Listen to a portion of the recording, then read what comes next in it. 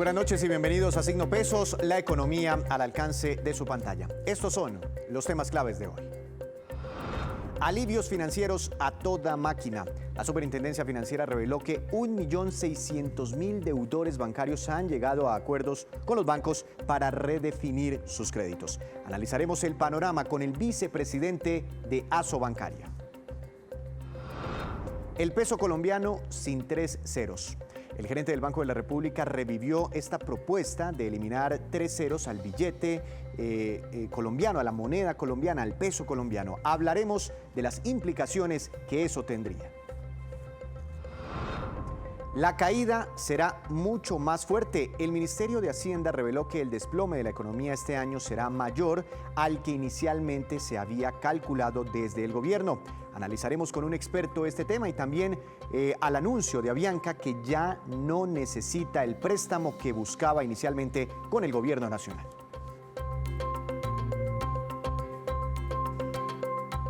Y comenzamos esta emisión de Signo Pesos hablando de una de las muchas noticias que hubo en el campo económico en la jornada de hoy. Se trata del reporte que entregó el superintendente financiero Jorge Castaño en torno a los alivios bancarios para que los deudores tengan más facilidad de cumplir con estos pagos, sobre todo aquellos afectados por la crisis del coronavirus. Esto fue lo que dijo. Allí, con el programa de acompañamiento de deudores, es posible redefinir en el valor de la cuota, debería disminuirse el valor de la cuota, poder disminuir la tasa de interés que se encuentra asociada a este crédito para continuar con nuestros hábitos de pago.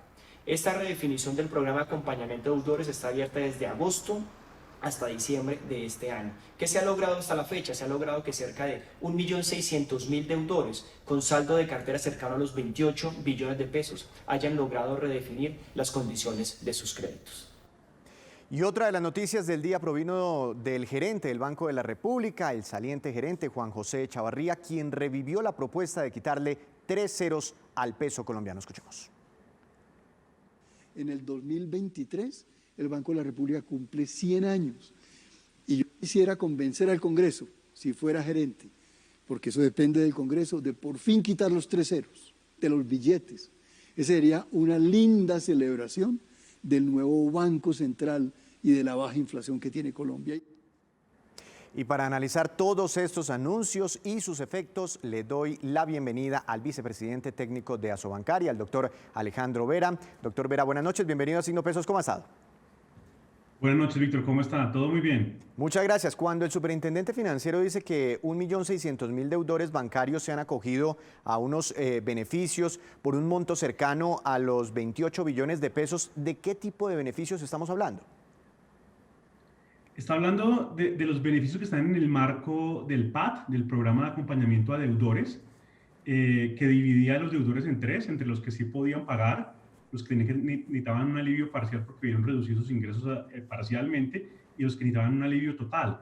Entonces, el PAT permitió, por ejemplo, que se hagan renegociaciones estructurales con los deudores y, por ejemplo, las propias cifras de la Superfinanciera hoy hablan de que se ha logrado con ese 1.600.000 personas o deudores, personas y empresas, deudores de los que hablaba el superintendente, el 20.8% en reducción de la cuota promedio. Por ejemplo, también se han reducido en 1.6 puntos porcentuales la tasa de interés de los créditos. Se ha ampliado el plazo o se ha rediferido el saldo en hasta 28 meses en promedio para todos los créditos y se han dado periodos de gracia adicionales a los que ya se habían dado entre abril y julio por 4 meses adicionales. Entonces, ese PAT ha permitido todos estos beneficios que han aliviado a ese 1.6 millones de deudores. ¿Cualquier tipo de deudor puede ir a un banco y decir, oiga, yo me quiero acoger al PAT o son cierto tipo de deudores en ciertas condiciones especiales? Digamos, en general los deudores son los que, digamos, las personas que venían al 29 de febrero al día o tenían incluso una mora menor a 60 días, se podían unir a los periodos de gracia iniciales, a los generalizados, y luego esos mismos, si creen que se requiere un alivio, digamos, adicional, podían unirse entre agosto y diciembre a ir al banco a pedir una renegociación. El banco lo que hacía era, dependiendo del daño, por así decirlo, en los ingresos de la persona o la empresa, lo redefinía y entonces le daba periodos de gracia o le hacía un redefinimiento. Depende un poco de cuál es el grado de afectación, pero al final lo que se busca es una negociación bilateral entre deudor y banco, buscando que haya una solución estructural. Otro tema muy importante durante esta pandemia ha sido la reducción en las tasas de interés de referencia desde el Banco de la República, que lo que busca al final es que esto se transmita y que los créditos bancarios, los créditos que ofrecen ustedes para los colombianos y también para las empresas, pues también tengan menores tasas de interés. ¿Sí se está transmitiendo esa reducción de la tasa rectora, de la tasa del Banco de la República hacia el consumidor final? La respuesta sencilla es sí se está transmitiendo. Lo que pasa es que las velocidades son diferentes porque dependen del tipo de tasa de cada crédito y dependen del grado de riesgo. ¿A qué me refiero? El tipo de tasa es si la tasa es variable o la tasa es fija. Si la tasa es fija, si a mí me dieron un crédito al, qué sé yo, al 8 o al 9% o al 12% efectivo anual, tasa fija, y las tasas del Banco de la República van bajando, pues mi tasa, para poder que se reduzca, yo tengo que hacer una renegociación con el banco o tienen que hacer una compra de cartera o tengo que esperar a que se venza y hacer un nuevo crédito para poder ver la reducción, porque como es tasa fija, por definición no se mueve. Si es una tasa variable, es decir, DTF más 3, DTF más 4, DTF más 2, pues como la DTF sí va más alineada a lo que pasa con la tasa del Banco de la República, esa tasa variable de mi crédito sí se ve rápidamente reducida cuando se reduce la tasa de interés del Banco de la República. Y eso es lo que uno ve, por ejemplo, en los créditos comerciales ordinarios o en los créditos comerciales preferenciales, donde ha habido reducciones de entre 1.9 y 2.9 puntos porcentuales. Hoy en día estamos hablando, por ejemplo, de créditos preferenciales que tienen tasa de interés de 4.2 o de créditos ordinarios que tienen tasa de interés de 7.7. Es decir, son tasas históricamente bajas que van en línea con la reducción del Banco de la República.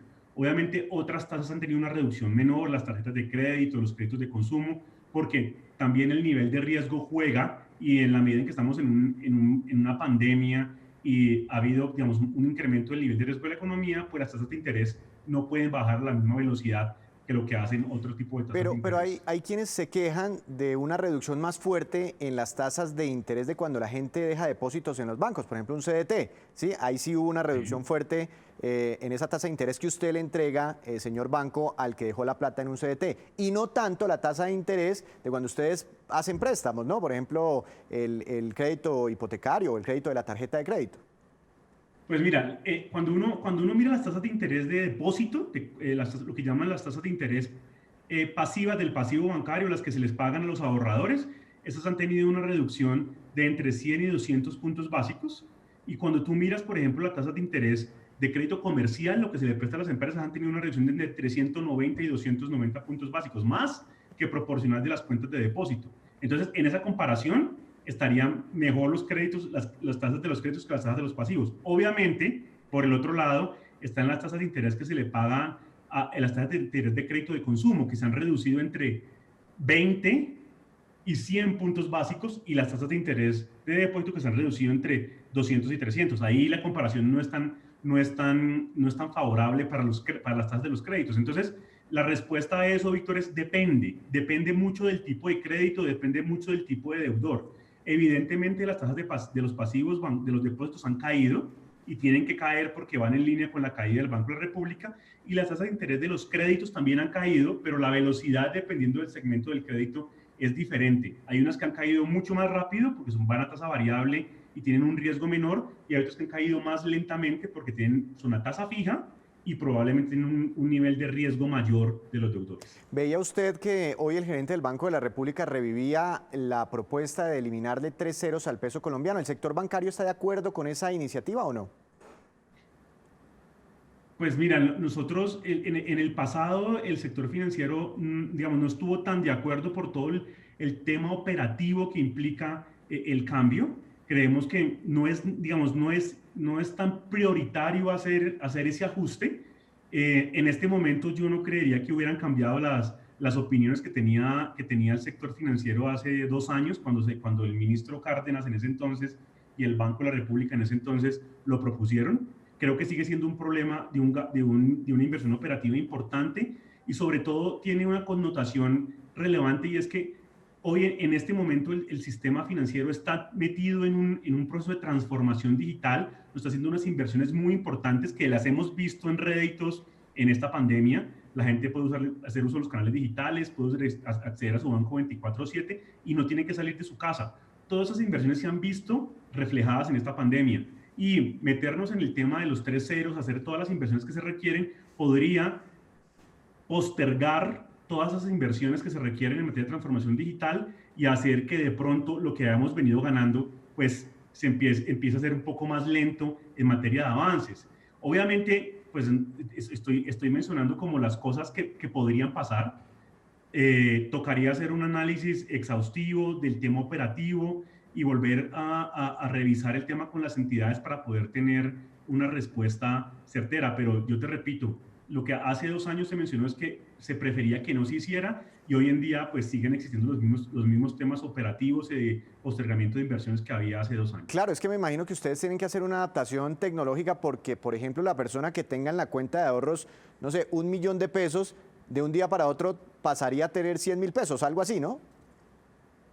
Exactamente, y entonces hay que ajustar los cajeros automáticos, hay que ajustar los saldos en las cuentas, hay que ajustar la sucursal virtual, la sucursal móvil, hay que ajustar el sistema de los bancos, hay que ajustar los web service que tienes en comunicación con las entidades públicas, por ejemplo, para hacer el traslado de impuestos a la DIAN o a las secretarías de Hacienda. Eso implica todo un cambio tecnológico importante que podría significar de alguna manera, pues, poner a un lado otros que han venido avanzando fuertemente y que han representado un gran beneficio para los usuarios. Pero como te repito, más que de una solución, más que una respuesta certera, creo que en este momento lo que toca es evaluar si ese gasto operativo vale la pena en este momento o se puede postergar en el tiempo. O si hay otras prioridades. Doctor Vera, muchas gracias como siempre por atendernos aquí en Signo Pesos. Que tenga una feliz noche. Gracias, Víctor, con mucho gusto. Regresamos a Signo Pesos. La contracción de la economía colombiana este año será mayor a la que se esperaba por parte del gobierno colombiano en su última proyección. Escuchemos lo que se dijo en la rendición de cuentas del Ministerio de Hacienda durante esta mañana. Ministro, en el marco fiscal de mediano plazo nosotros habíamos pronosticado una caída de 5.5% este año. Lo estamos recalculando y vamos a tener una nueva proyección que va a estar más entre una caída entre 6 y 7%. Digamos que la apertura en general de la economía en el mundo fue un poco más lenta de lo que esperábamos. Y para el próximo año estamos esperando un crecimiento del 5%, que está en la parte alta del rango que usted ha mencionado de los analistas. Perfecto. Entonces, uno lo que dice es, hay un consenso en el sentido de que el telón de fondo de lo que va a ser nuestra economía en los próximos meses, hasta finalizar el 2021, va a estar caracterizado por una reactivación. Esa reactivación a su vez tiene muchos componentes, tiene que entusiasmarse el sector privado, tiene que participar el sector público con prudencia porque los niveles de endeudamiento, los niveles de endeudamiento son altas. Y para analizar estos y otros temas, le doy la bienvenida a esta hora de la noche al doctor Orlando Santiago, gerente de la compañía Fénix Valor. Doctor Santiago, bienvenido a Signo Pesos. ¿Cómo ha estado? Buenas noches, gracias por estar aquí. Víctor, muy buenas noches. Gracias a usted por la invitación. Doctor Santiago, ¿este pronóstico más cercano a una contracción del 7% es mucho más realista frente a lo que esperaba el gobierno nacional inicialmente y frente a las expectativas que desde hace mucho traían, ¿no? Analistas, firmas independientes, bancos, entidades internacionales? Es muy probable, Víctor. De hecho, cuando se prolongaban las cuarentenas en Colombia, en mitad de año, cuando el presidente Duque decidía aplazar 15 días más, muchas estimaciones se hacían bajo el supuesto de un tercer trimestre totalmente libre de cuarentenas. Y pues recordemos que estas duraron casi hasta el segundo mes de ese tercer trimestre, lo que por supuesto tiene una implicación en el impacto de la economía colombiana. Las compañías que están listadas en bolsa evidencian en algunos casos que el tercer trimestre no tuvo la recuperación que se esperaba. Si bien algunos sectores comienzan a mostrar algo de mejora, pues hay que decir que esa estimación se quedó un tanto corta con el impacto negativo que traíamos, entendiendo también que esa llamada segunda ola de contagios en el mundo, pues trae consigo nuevos confinamientos que restringen la comercialización de productos y en este sentido pues un deterioro ligeramente superior al inicialmente proyectado, por supuesto se ajusta más a la realidad de lo que estamos viviendo, no solamente en Colombia, sino en buena parte del mundo. Doctor Santiago, pero en la práctica esto es importante porque estamos pasando pues de un número, ¿no? De menos 5,5% más o menos a otro número, menos 7%. ¿Es así de sencillo o en la práctica pasa algo? Es decir, al no tener una mayor recuperación o tener una contracción más fuerte de la economía, seguramente el déficit fiscal será más grande, las necesidades de ingresos serán más grandes, la reforma tributaria será más necesaria o se abren otras necesidades en el país. Exactamente, Víctor. Ahí lo acaba de explicar. De hecho, una menor, o en este caso, un mayor deterioro de la economía colombiana significa una menor recaudación de impuestos, solo por mencionar un ejemplo de alto impacto. Pues claramente el año entrante, cuando se hable de todo el tema fiscal en Colombia, que es uno de los puntos más sensibles, pues por supuesto va a faltar más dinero del que se tenía previsto. Aunque en Colombia es muy fácil hablar de reformas tributarias para intentar compensar ese déficit de ingresos que recibirá la nación el próximo año, entendiendo que el término que se ha escuchado en el mundo es estímulos, no reforma tributaria. Entonces va a ser una situación muy difícil intentar generar mayor gravamen tanto a personas como a empresas en el grado que le toque a cada una de ellas, entendiendo que vienen probablemente de su peor año. Con esto, pues el Estado está realmente en una encrucijada y es que cuando se gasta dinero y los efectos se ven posteriormente, el impacto es muy importante. Por ello, la situación o el pronóstico de un menor o una mayor caída de la economía colombiana, por supuesto que trae para nada buenas expectativas y en parte respondió un poco el mercado a esta situación, particularmente en el mercado de acciones y en el mercado de renta fija. ¿Eso tuvo impactos hoy en la bolsa? Sí, de hecho, el mercado colombiano, si bien en el mundo se dio una sesión negativa por cuenta del entorno internacional, de segundos confinamientos, de todo lo que ha dicho el presidente Trump, de las elecciones, de los posibles fraudes, pues Colombia aportaba también un poco en ese ambiente difícil del día de hoy y parte de ello pues tenía una implicación sobre estas expectativas de un mayor deterioro que en la bolsa puede que no tenga un impacto tan fuerte o prolongado, pero por supuesto en el día a día tiene repercusiones. Claro, no, y es que una cosa es que lo diga por ahí un analista o una firma X, pero otra cosa es el pronóstico, ¿no? Del gobierno nacional que tiene todas las cifras en sus manos. Doctor Santiago, también hablaba el Ministerio de Hacienda de que para la reactivación económica todos tenían que aportar algo, no solo el sector público, sino también el sector privado. Usted que sigue y mira los resultados financieros de las empresas, ¿cómo ha vivido esta pandemia el sector privado en nuestro país? ¿Cree usted que tiene oxígeno, gasolina para hacer inversiones, para hacer un gran aporte a la reactivación económica? Bueno, Víctor, pues hasta el momento de algunos sectores que han comenzado a mostrar cifras y hablando en términos de mercado, por ejemplo, el sector financiero ha sentido un fuerte descenso en el ritmo del crecimiento de las utilidades. Esto porque los bancos han hecho provisiones muy fuertes que impactan sus resultados financieros. Para dimensionarlo, aproximadamente las utilidades vienen cayendo a un ritmo del 60 o del 70% en el sector financiero.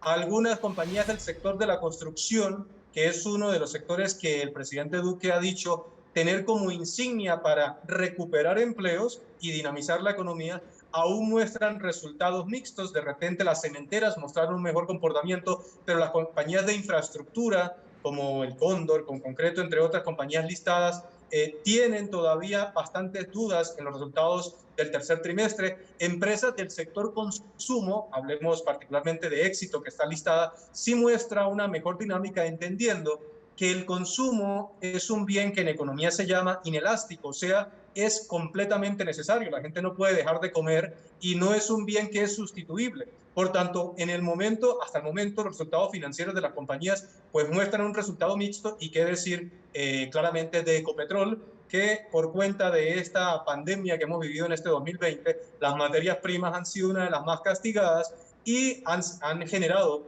un muy fuerte deterioro en las cifras financieras de la principal compañía colombiana. Y si a esto lo enlazamos un poco con lo que hablamos un momento de la situación fiscal para el año entrante, entendamos que Ecopetrol es quizá la empresa entre públicas y privadas que más ingresos aporta a la nación vía impuestos, regalías y vía dividendos al gobierno, y esto será o generará una fuerte caída de ingresos para el año 2021, que realmente estar en los zapatos del presidente Duque y su equipo de gobierno, vamos a ver con qué va a salir, porque necesariamente ese término de una nueva reforma tributaria podría no ser racionalmente ajustado a la realidad que están viviendo las compañías en Colombia. Es que todo termina relacionándose con todo, doctor Santiago. Un último tema. Avianca, digamos, confirma y ya es enfática en el día de hoy en decir que ya no necesita el préstamo que inicialmente le estaba pidiendo al gobierno nacional. ¿Qué tan buen mensaje es ese para la aerolínea y también para el presupuesto público? Bueno, esta situación de Avianca es bastante particular, entendiendo que genera muchas emociones en la gente. Algunos veían el préstamo del gobierno a Avianca como algo exclusivo para ellos y donde el gobierno es poco asistente de otros sectores que también lo necesitan.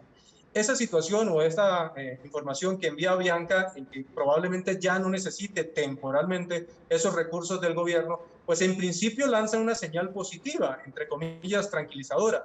Pero la realidad, Víctor, de lo que ocurre es que la operación de Avianca desde todo este año, pero particularmente desde que comenzó esta situación del COVID-19, incluso desde el 1 de septiembre, que entre comillas comenzaron a levantarse las restricciones, la operación de Avianca está aún por debajo del 50% de su operación habitual. Y si Avianca el año anterior, solo por mencionar un ejemplo, con una operación al 100%, sin ninguna situación de este estilo, ya venía generando pérdidas, pues ni imaginarse qué va a ocurrir cuando su capacidad de generación de ingresos se ha golpeado más de la mitad de lo que recibía habitualmente, y donde la operación aún va a tardar muchísimo tiempo, porque no es algo que necesariamente se arregla con decisiones locales, sino que es el mundo que todavía está muy golpeado con esta segunda ola de contagios, y por ello esta lectura o este comunicado, que se ve en principio como algo positivo, de fondo la situación de Avianca no se puede ocultar simplemente por unos prestamistas que estuvieron de acuerdo en asumir este riesgo de prestarle dinero a Avianca, pero puede ser una situación netamente atemporal. Pero lo que sí es cierto en Avianca es que demanda recursos, necesita recursos, pero en la generación de ingresos eso sí está bastante lento para la compañía.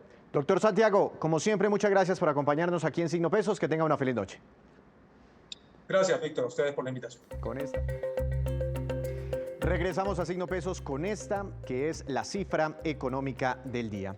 40,5 billones de pesos y corresponde a los recursos que ha destinado el gobierno para nutrir el Fondo de Mitigación de Emergencias, es decir, para atender todos los problemas generados por la pandemia en Colombia durante este año.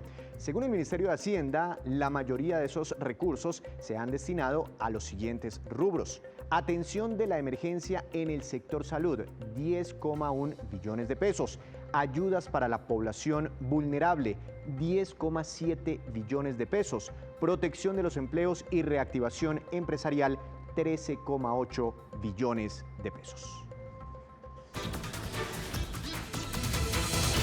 Y llegó la hora de la movida empresarial con Juan Fernández. Juan, buenas noches. ¿Cuál es el negocio de hoy? Bienvenido.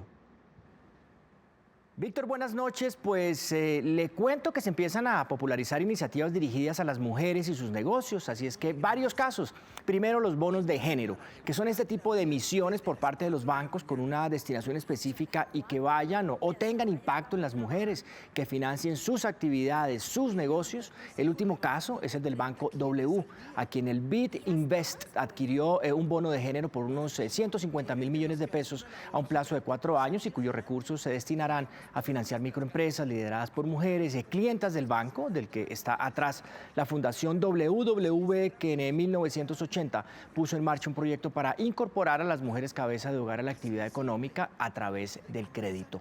Ese caso se suma al de hace pocas semanas de Davivienda, que también emitió un bono de 100 millones de dólares, también adquirido por BID Invest, donde los recursos irán a financiar la cartera de las pymes lideradas por mujeres. Juan, ¿y qué otro tipo de iniciativas ha encontrado usted?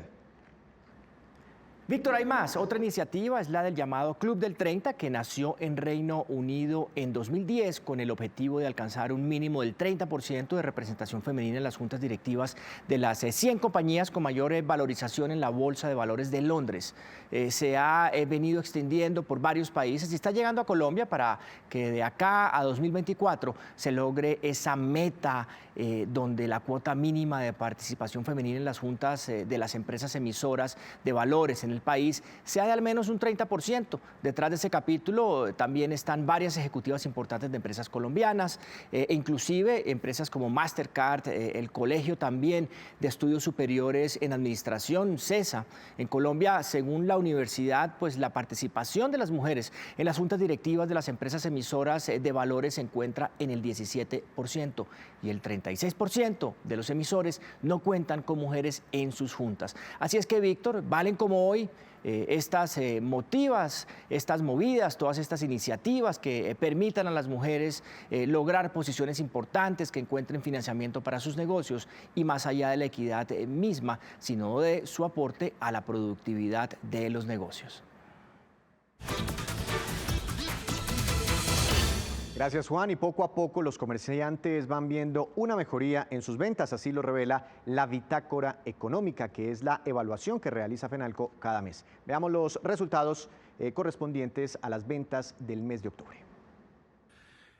Nuestra bitácora de octubre señala que el mes ha sido también de recuperación, todavía muy lenta, pero ya es halagador ver que el 24% de los empresarios comerciantes subieron sus ventas respecto al mes de octubre del año anterior. Sin embargo, el 46% manifestaron disminuciones, pero de todas maneras es mejor que el mes de septiembre, porque en el mes de septiembre el 51% había tenido disminuciones y tan solo el 21% había tenido incrementos. Es una recuperación lenta, pero poco a poco vamos sentando una gran esperanza en el mes de noviembre y diciembre de cara al día sin IVA, al Black Friday y también, por supuesto, a la temporada decembrina con el adelanto de las primas.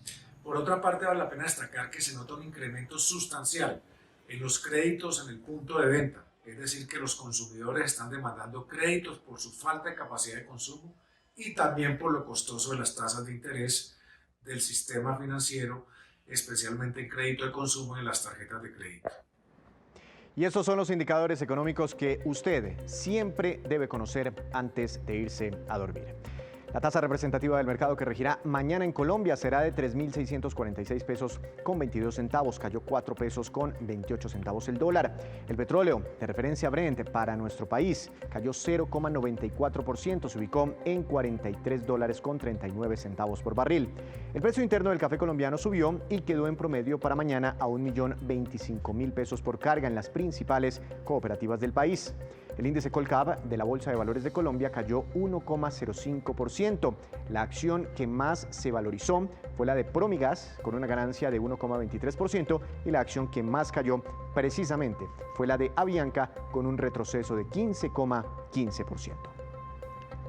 Y antes de despedirnos, los dejo con el siguiente dato. En el nuevo ranking de las mejores universidades de América Latina, 2 universidades colombianas se ubicaron dentro del top 10. La Universidad de los Andes, que se ubicó en el puesto 6, y la otra es la Universidad Nacional, que quedó en el puesto número 10. La lista, que evaluó a 410 universidades de Latinoamérica, está encabezada en su orden por la Universidad Católica de Chile, es la mejor, después la Universidad de Sao Paulo, y en tercer lugar el Instituto Tecnológico de Monterrey en México.